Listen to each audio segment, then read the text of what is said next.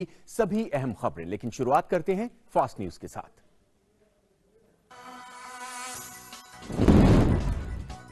वित्त मंत्री ने की कोयला, खनिज, रक्षा, विमानन, अंतरिक्ष और बिजली क्षेत्र के लिए प्रमुख नीतिगत सुधारों की घोषणा।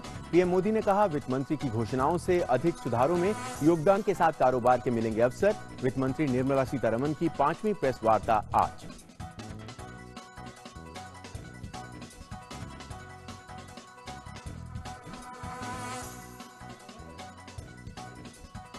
कोयला क्षेत्र में उपलब्धता और मूल्य निर्धारण में सुधार के लिए सरकार ने व्यावसायिक खनन को दी मंजूरी। बुनियादी ढांचे के विकास के लिए 50,000 करोड़ रुपए के आवंटन की घोषणा। 50 ब्लॉकों में निजी क्षेत्रों को तत्काल खनन की पेशकश।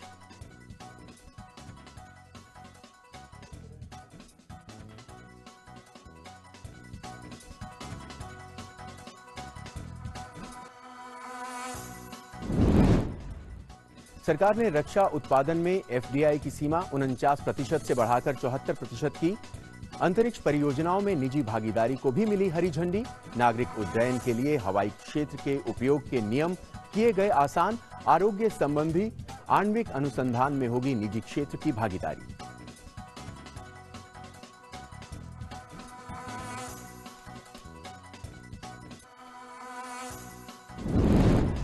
रेलवे मंत्री पीयूष गोयल ने कहा, रेलवे देश के किसी भी जिले से श्रमिक विशेष ट्रेनें चलाने के लिए तैयार। 1150 श्रमिक स्पेशल ट्रेनों के जरिए 15 लाख से ज्यादा यात्री पहुंचे अपने घर। 2 लाख से ज्यादा लोग प्रतिदिन कर रहे हैं सफर।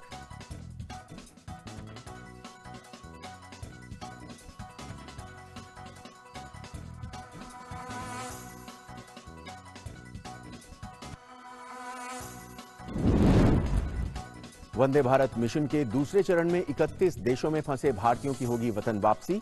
306 भारतीय नागरिकों को लेकर लंदन से दिल्ली पहुंची फ्लाइट।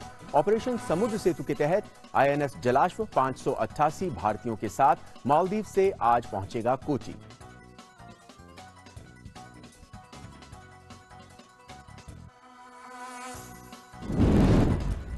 एनडीएमए ने प्रवासियों की आवाजाही को सुगम बनाने के लिए राष्ट्रीय प्रवासी सूचना प्रणाली की विकसित। बेहतर समन्वय, आवाजाही पर निगरानी और कॉन्टैक्ट ट्रेसिंग होगी सुनिश्चित।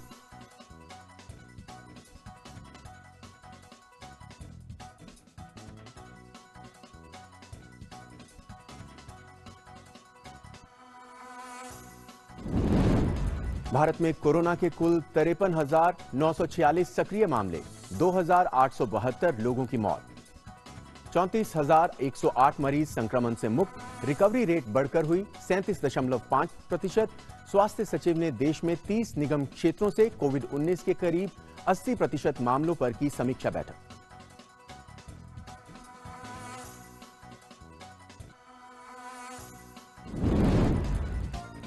और दुनिया भर में कोविड-19 से संक्रमित मरीजों की संख्या बढ़कर हुई 46 लाख के पार। महामारी की चपेट में आने से 3,11,000 लोगों की हुई मौत। करीब 17 लाख लोग उपचार के बाद हुए ठीक। नेपाल में कोरोना वायरस से हुई पहली मौत। वहीं आपातकाल की स्थिति को 1 महीने और बढ़ाने के पक्ष में है स्पेन।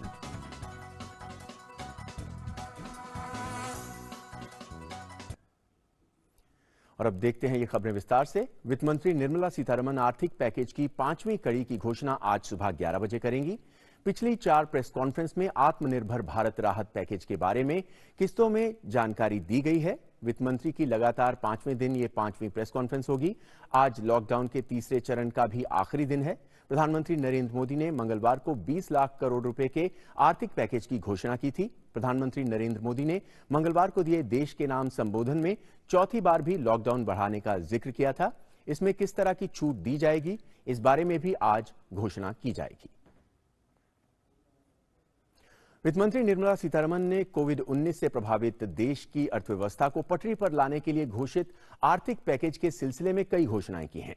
वित्त मंत्री और वित्त राज्य मंत्री अनुराग ठाकुर ने नई दिल्ली में आर्थिक पैकेज की चौथी किस्त की घोषणा करते हुए कहा कि इसके तहत आत्मनिर्भर भारत के निर्माण के लिए नीतिगत और ढांचागत सुधारों पर विशेष जोर दिया जाएगा।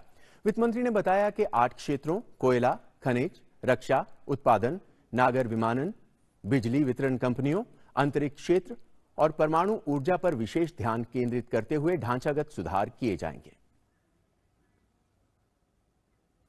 वित्त मंत्री ने कहा कि कोयला क्षेत्र में उपलब्धता और मूल्य निर्धारण में सुधार के लिए सरकार ने वाणिज्यिक खनन को मंजूरी दी है। कोयला क्षेत्रों के आसपास निकासी बुनियादी ढांचे के लिए 50,000 करोड़ आवंटन की घोषणा की। वहीं अब साझा राजस्व व्यवस्था के तहत ज्यादा कोयला बाजार दाम पर उपलब्ध होगा। कोयले के गैसीकरण और द्रवीकरण को भी प्रोत्साहन दिया जाएगा। इसके अलावा वित्त मंत्रालय ने खनिज क्षेत्र में संरचनात्मक सुधारों को लाए जाने की भी घोषणा की। सुधारों के तहत खनिज क्षेत्र में निजी निवेश को बढ़ावा देने के साथ साथ 500 माइनिंग ब्लॉक उपलब्ध कराए जाएंगे। बॉक्साइट और कोयले की संयुक्त नीलामी होगी। रक्षा उत्पादन के क्षेत्र में विदेशी निवेश की सीमा 49% से बढ़ाकर 74% कर दी गई है। इस क्षेत्र में स्वदेशीकरण को बढ़ावा दिया जाएगा। रक्षा उत्पादन में मेक इन इंडिया पर जोर दिया जाएगा। इसके साथ ही सरकार ने आयुध निर्माणी बोर्ड के निगमीकरण की भी घोषणा की। आयुध की आपूर्ति में पारदर्शिता, जवाबदेही भी सुनिश्चित की जाएगी। वित्त मंत्रालय ने अपनी प्रेस वार्ता में कहा कि देश में पीपीपी के तहत 6 नए हवाई अड्डे विकसित किए जाएंगे। देश में ही विमानों के रखरखाव और मरम्मत को बढ़ावा दिया जाएगा। उन्होंने कहा कि सरकार के इस कदम से 1000 करोड़ के वार्षिक राजस्व की प्राप्ति होगी।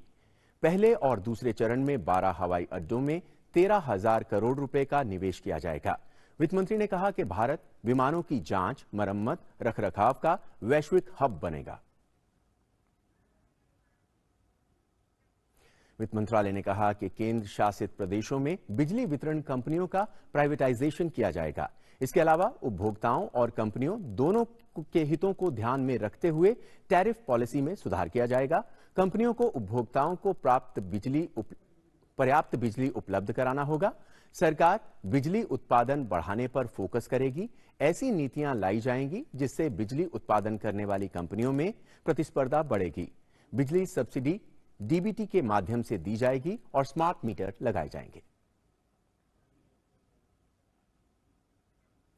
अंतरिक्ष में निजी क्षेत्र की भागीदारी को बढ़ाने का मौका दिया जाएगा। निजी कंपनियां इसरो की सुविधाओं का इस्तेमाल कर सकेंगी। जियो स्पेशल डेटा के लिए उदार नीति लाई जाएगी ताकि हमारे स्टार्टअप को विदेशों पर निर्भर न रहना पड़े।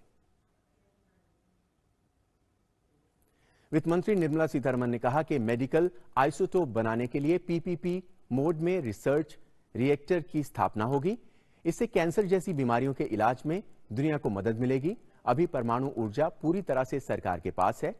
जल्दी खराब होने वाली सब्जियों के लिए विकिरण तकनीक के माध्यम से एक खाद्य संरक्षण बनाया जाएगा। इससे फसलों को बर्बाद होने से बचाया जा सकेगा और प्याज जैसी उपज का लंबे समय तक भंडारण हो सकेगा। स्टार्टअप को देश की परमाणु ऊर्जा का लाभ दिया जाएगा। प्रधानमंत्री नरेंद्र मोदी ने कहा कि वित्त मंत्री की घोषणाओं से लोग आर्थिक सुधारों में अपना योगदान कर पाएंगे। उन्होंने कहा कि वित्त मंत्री की घोषणाओं में महत्वपूर्ण क्षेत्र जैसे कोयला, खनन, रक्षा, विमानन, अंतरिक्ष और परमाणु ऊर्जा को शामिल किया गया है। इससे लोगों को कारोबार का मौका मिलेगा और लोग आर्थिक सुधारों में अपना योगदान कर पाएंगे। कोरोना वायरस संक्रमण के मामलों के लगातार बढ़ने के बीच स्वास्थ्य सचिव प्रीति सूदन ने वरिष्ठ अधिकारियों और 29 निगम क्षेत्रों के जिलाधिकारियों के साथ बैठक की, जिनका योगदान देश के कुल कोविड-19 मामलों में करीब 80% है। ये 30 नगर पालिका क्षेत्र महाराष्ट्र, तमिलनाडु, गुजरात, दिल्ली, मध्य प्रदेश, पश्चिम बंगाल, राजस्थान, उत्तर प्रदेश, तेलंगाना, आंध्र प्रदेश, पंजाब और ओडिशा के हैं।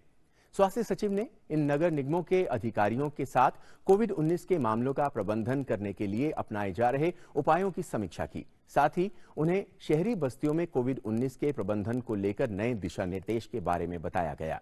इस दौरान पुराने शहर के इलाकों, शहरी झुग्गियों, प्रवासी कामगारों के शिविरों और घनी आबादी वाले इलाकों में निगरानी पर जोर दिया गया। बैठक के दौरान जिलों में कोविड-19 संक्रमण के बारे में एक प्रस्तुति भी दी गई, जिसमें उच्च जोखिम वाले कारक, पुष्टि दर, मृत्यु दर, आंकड़ों के दोगुना होने की दर, प्रति 10 लाख पर जांच आदि सूचकांक थे।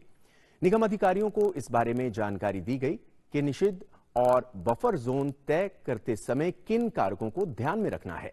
स्वास्थ्य सचिव ने कोविड-19 के मामलों को रोकने और उनके प्रबंधन के साथ ही शहरी इलाकों में कोविड-19 से इतर आवश्यक स्वास्थ्य सेवाएं जैसे कैंसर का इलाज, टीबी निगरानी, टीकाकरण, प्रयास तथा आगामी मानसून के मौसम को देखते हुए मच्छर जनित बीमारियों की रोकथाम पर भी ध्यान देने की जरूरत पर बल दिया।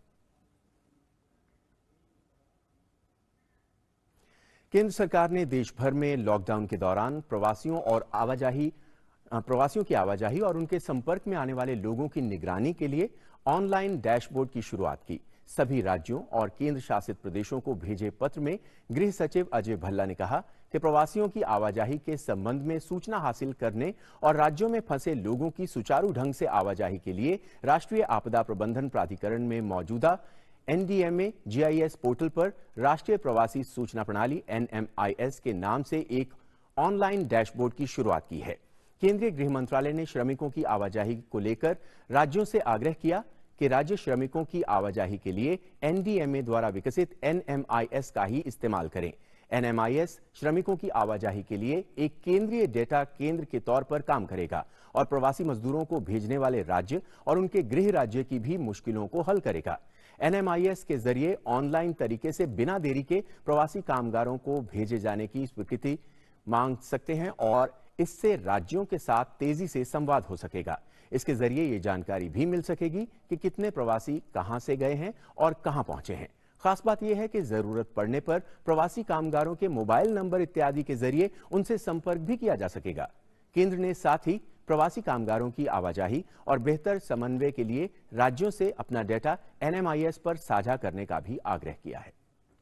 मिशन वंदे भारत के दूसरे चरण का आज दूसरा दिन है। कल से शुरू हुए मिशन का दूसरा चरण इस महीने की 22 तारीख तक चलेगा। मिशन वंदे भारत के दूसरे चरण के तहत एक विशेष विमान से 306 भारतीय नागरिकों को लंदन से दिल्ली लाया गया। इससे पहले कल 177 प्रवासियों को लेकर एक विमान दुबई से कोची पहुंचा था। समुद्र सेतु अभियान के तहत फंसे हुए भारतीयों को स्वदेश लाने के दूसरे चरण के तहत आईएनएस जलाश्व आज 588 भारतीयों को लेकर मालदीव की राजधानी माले से लौटेगा। कल सुबह माले से चले जहाज के आज दोपहर बाद कोची पहुंचने की संभावना है। यात्रियों में 6 गर्भवती महिलाएं सहित 70 महिलाएं और 21 बच्चे शामिल हैं। पिछले 10 मई को पहले चरण के तहत आईएनएस जलाश्व 698 भारतीयों को लेकर लौटा था। वहीं 12 मई को आईएनएस मगर 202 भारतीयों को लेकर कोची तट पर ही लौटा था। आज जहाज के लौटने के बाद समुद्र सेतु अभियान का मालदीव चरण अभी के लिए पूरा होगा। भारतीय उच्चायोग ने कहा कि एयर इंडिया के हवाई जहाजों के जरिए नई दिल्ली, बेंगलुरु, मुंबई, चेन्नई और अन्य शहरों के लिए भारतीयों को निकालने की योजना बनाई जा रही है। मालदीव सरकार द्वारा प्रत्यर्पण झेल रहे, आपात चिकित्सा करवाने वाले गर्भवती महिलाएं, बुजुर्गों, फंसे हुए पर्यटकों को प्राथमिकता दी जाएगी। रेल मंत्री पीयूष गोयल ने ट्वीट करते हुए बताया कि वो देश के हर जिले में श्रमिक स्पेशल ट्रेन चलाने के लिए तैयार हैं, जहां के लोग किसी दूसरे राज्य में फंसे हुए हैं। रेल मंत्री ने कहा कि इसके लिए जिलों के डीएम कलेक्टर ऐसे लोगों के नाम और गंतव्य रेलवे स्टेशन का ब्यौरा अपने राज्य के नोडल ऑफिसर के जरिए रेलवे से साझा करें। इसके बाद रेलवे संबंधित स्टेशन के लिए श्रमिक स्पेशल ट्रेनों की व्यवस्था करेगा।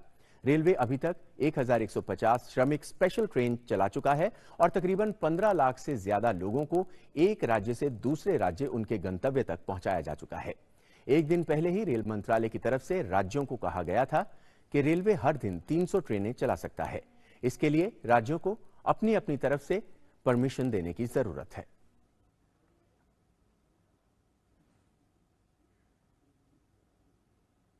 और श्रमिक स्पेशल ट्रेन पर जाने के लिए श्रमिक अधिक जानकारी के लिए अपने इलाके के नोडल ऑफिसर से संपर्क कर सकते हैं। लॉकडाउन में घर से दूर फंसे नागरिकों को वापस घर जाने की खुशी रेलवे सेवाओं के शुरू होने से मिल रही है। यात्रियों ने रेलवे की सुविधाओं की सराहना की और रेलवे कर्मचारियों को धन्यवाद किया। जब मैं न्यू दिल्ली रेलवे स्टेशन पर पहुंचा तो यहाँ का जो स्टाफ था, इतने स्टाफ थे और हर एक बंदे को 2 लाइन में सेपरेट किया था और दे वेरी कॉर्डियल और बहुत अच्छी तरह से उन्हें पेश आए। डिस्टेंस मेंटेन करने को बोल रहे थे, फ्रेंडली माहौल एक्सपेक्ट ही नहीं कर सकते थे। It was really beautiful on the part of northern railway staff. Plus when you come down to the cops, police वाले भी जो थे, जो क्वारंटाइन वो जो चेक वगैरह कर रहे थे, they are also very helpful. तो इस तरह से 3 kudos to northern railway staff. I hope they maintain the same way. आगे चल के भी आगे के पैसेंजर को भी मदद होगी। I boarded this train, Rajdhani, to go to my home, Kanpur Central from New Delhi station. As I entered the station, so every rule was followed as per guidelines. Like I was following the social distancing, and all the volunteers were following the social distancing. They checked the ticket, and only the confirmed ticket people were allowed to board the train, and there was proper checking of the temperature as well. And whosoever with a high temperature was not allowed to enter the station. Only with the normal temperature people were allowed, and train is quite clean, like I can see, but definitely the passengers are following every guideline for their own safety. Thanks to government and railways to drop us on. वो जो फंस गए उनको जाने के लिए railway ने एक अच्छा कदम उठाया, जिससे हम लोग काफी खुश हैं।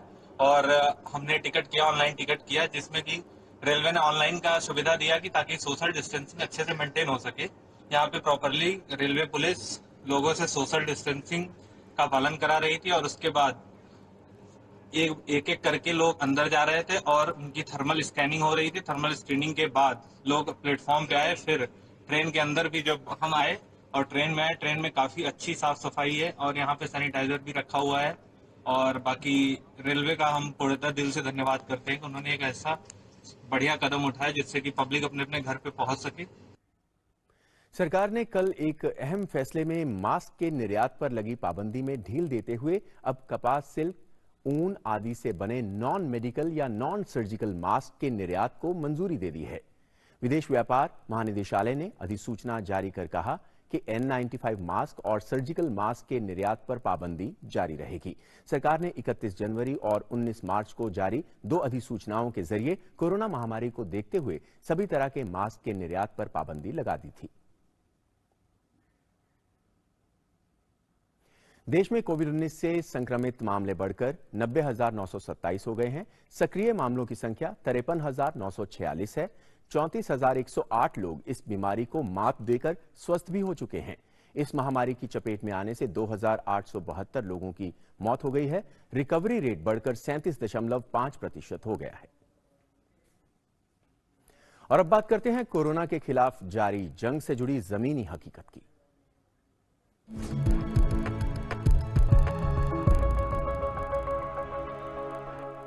उत्तर प्रदेश की योगी सरकार ने अपने राज्य के लोगों को घर पहुंचाने का बीड़ा उठाया है।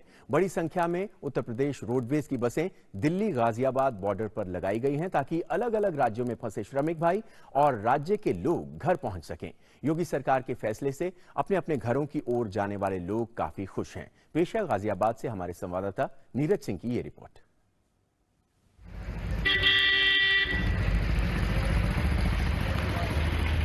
लॉकडाउन में देश के अलग अलग हिस्सों में कई सारे जो लोग हैं वो फंस गए थे, श्रमिक हैं या फिर जो लोग अपने घरों को जाना चाहते थे वो फंस गए थे। लेकिन अब उनके लिए सुविधा थोड़ी सी हुई है। यूपी रोडवेज की जो बसें हैं वो गाजियाबाद में लगाई गई हैं, जो अलग अलग राज्य के अलग अलग हिस्से में जानी है, जहाँ पर बड़ी संख्या में जो लोग हैं जो फंसे हुए थे अलग अलग स्टेटों में। दिल्ली के अंदर काफी बड़ी संख्या में जो लोग हैं वो फंसे हुए थे, श्रमिक जो लोग हैं वो फंसे हुए थे, वो अब बसों के द्वारा अपने अपने घरों की ओर जा रहे हैं। ये बस सीतापुर जा रही है जिसमें बड़ी संख्या में जो लोग हैं वो यहाँ पर पैदल चलकर पहुंचे हैं इस बस तक।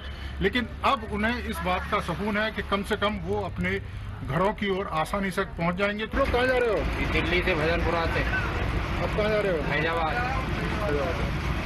आप लोग भी? जी सर, फैजाबाद जा रहे हैं। तो यहाँ तक कैसे पहुँचे थे? यहाँ जी ऑटो से आए थे, पैदल भी थोड़ा चलना पड़ा, ऑटो से भी आना पड़ा। तो अब सुकून है कि भाई? हाँ जी, बहुत आराम है। आप लोग भी वहीं जा रहे हैं? हाँ सर, फैजाबाद। बड़ी संख्या में जो लोग थे वो सड़कों पर पैदल भी चल रहे थे।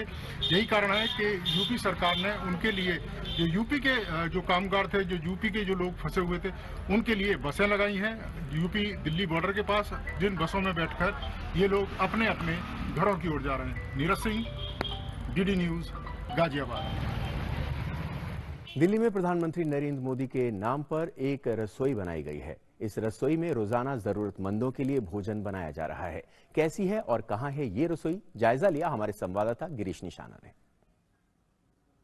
प्रधानमंत्री जी की रसोई में आप सबका स्वागत है। देश भर में लॉकडाउन है, ऐसे में कोई भूखा ना सोए, इसके लिए अपने अपने स्तर पर काफी काम किया जा रहा है। दिल्ली के देवनगर में भी एक रसोई बनाई गई है जिसका नाम रखा गया है पीएम की रसोई। इस पीएम की रसोई में काफ़ी लोगों के लिए खाना बनता है। क्यों रखा गया है पीएम की रसोई इसका नाम, इस पे बात करने के लिए हमारे साथ मौजूद हैं स्थायी समिति के पूर्व अध्यक्ष और उत्तरी दिल्ली के पूर्व महापौर योगेंद्र चंदोलिया जी। सर, क्यों रखा है आपने पीएम की रसोई नाम इसका? जब कोरोना का मामला आया तो प्रधानमंत्री जी ने एक आह्वान किया था कि दिल्ली में कोई भूखा ना सोए, और उसके बाद तुरंत पार्टी के राष्ट्रीय अध्यक्ष श्री जगत प्रकाश नड्डा जी ने कहा कि भारतीय जनता पार्टी की नैतिक जिम्मेदारी है। भारतीय जनता पार्टी ने 8 तारीख से लगभग 2000 लोगों को, यहाँ पर एशिया की सबसे बड़ी मार्केट टैंक रोड है और टैंक रोड में हजारों लोग जो है काम करने वाले, सिलाई मशीन वाले, प्रेसिंग करने वाले लोग हैं। सुबह 6 बजे हमारी रसोई प्रारंभ होती है। प्रधानमंत्री मोदी जी के नाम की रसोई है जिससे सब लोगों को खाना मिले, और हमारे सारे भारतीय जनता पार्टी देवनगर मंडल के कार्यकर्ता लगातार सेवा करते हैं और 2000 लोगों को रोज हम खाना खिलाते हैं। सामाजिक दूरी अपनाने के लिए बहुत बड़ा चुनौती होती है, उसके लिए क्या कदम उठाते हैं? देखिए, उसके लिए हम यहाँ पर लोग 10 बजे से लोग यहाँ आकर बैठ जाते हैं। अगर आप देखेंगे तो ये हमने गोल निशान डाला हुआ है, आगे लाइनें डाली हुई है, और हम जो है इन लोगों को एक टोकन देते हैं। पीएम की रसोई में करीब 2000 लोगों को खाना खिलाया जा रहा है और खास तौर पर सामाजिक दूरी का ख्याल रखने के लिए इनको टोकन भी बांटे जाते हैं। कैमरामैन जम्बू मिश्रा और मेरे सहयोगी विक्की राजपूत के साथ गिरीश निशाना, डीडी न्यूज, दिल्ली। और कोविड-19 के प्रकोप के बीच भी कुछ राज्यों से अच्छी खबरें आ रही हैं।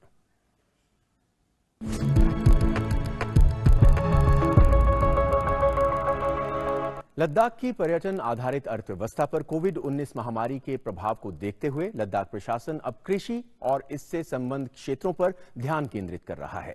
लद्दाख केंद्र शासित प्रदेश प्रशासन ने कृषि क्षेत्र में क्रांतिकारी स्तर पर बदलाव लाने का काम किया है। सरकार पारंपरिक फसलों के बीज संवर्धन, उत्पादन और सुगंधित और औषधीय पौधों की खेती को शुरू करने के लिए संस्थागत समर्थन पर जोर दे रही है। लद्दाख प्रशासन जौ के बीज संवर्धन और संस्थागत समर्थन पर भी काम कर रहा है, जिसकी खेती लगभग 10,000 हेक्टेयर में की जाती है। कोरोना वायरस से सुरक्षा के मद्देनजर बाजारों में अब कई किस्म के डिजाइनर मास्क भी मिल रहे हैं। शादियों का मौसम है, ऐसे में दूल्हा दुल्हन को भी मास्क पहनाकर शादी में फोटो खिंचवानी पड़ रही है।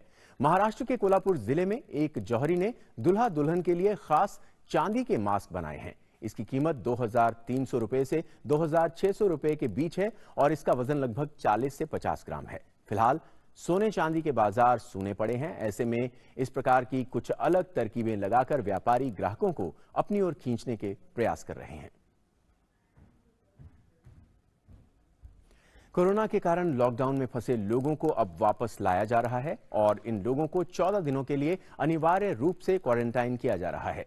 रुद्रप्रयाग जिले के अगस्त्यमुनि विकासखंड के मदोला गांव के ग्रामीणों ने कुछ अलग करने की ठानी और खुद ही अपने प्रयास से गांव में क्वारंटीन सेंटर बना दिया है, जिससे सभी सुविधाओं की व्यवस्था की गई है। गांव वासियों ने आपसी सहयोग से गांव में 3 क्वारंटाइन सेंटर बनाए हैं, जिनमें रेड और ग्रीन जोन से आने वाले प्रवासियों को अलग अलग रखा जाएगा। क्वारंटाइन के नियमों का उल्लंघन करने वालों पर नजर रखने के लिए सीसीटीवी कैमरे भी लगाए गए हैं। और आइए अब देखते हैं कि दुनिया भर में कोरोना से क्या है हाल।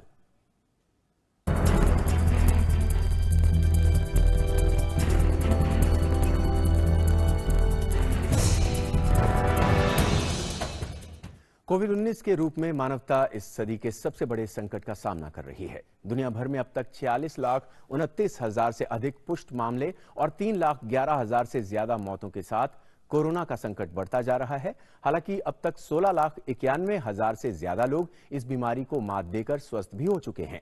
कोरोना से सर्वाधिक प्रभावित अमेरिका में बीते 24 घंटों में संक्रमण के मामलों में 1.8% की उछाल आई है, जो साप्ताहिक औसत से ऊपर है। यहां अब तक 88,000 से अधिक लोगों की मौत के साथ संक्रमितों की संख्या 14,66,000 को पार कर गई है। इसी बीच न्यूयॉर्क में प्रतिबंधों में ढील मिलनी शुरू हो गई है।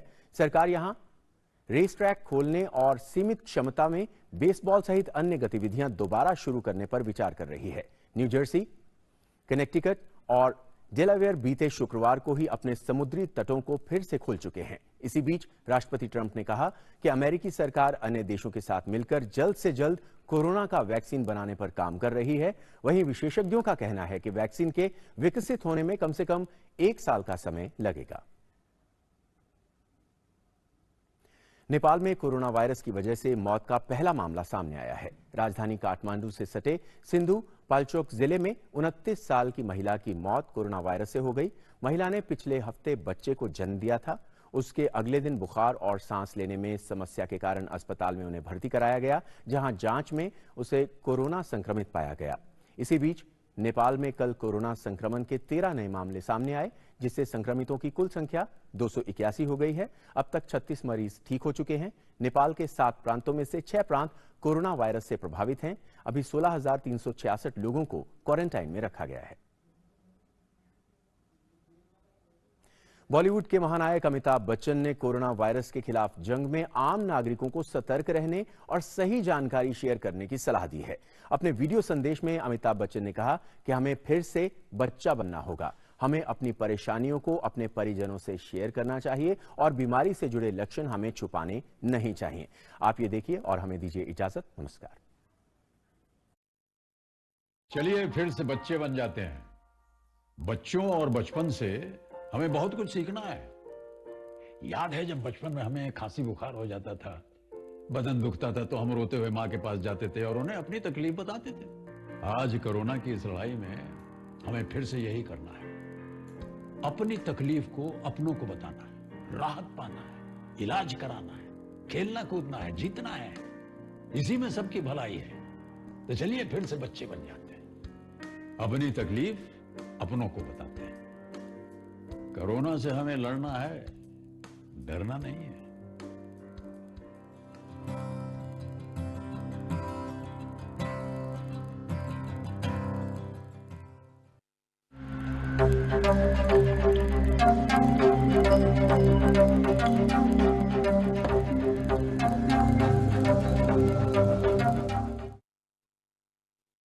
India's big bang stimulus to fight COVID-19. The key aspects of the stimulus package had to be on the demand side and on the supply side. I think, both sides have been addressed. Economic support for those who needed it the most. Some of the reforms that are being worked on, especially on the labor side, etc., will create more jobs. Bold structural reforms for an Atmanirbhar Bharat. If the farmer has the opportunity to say that,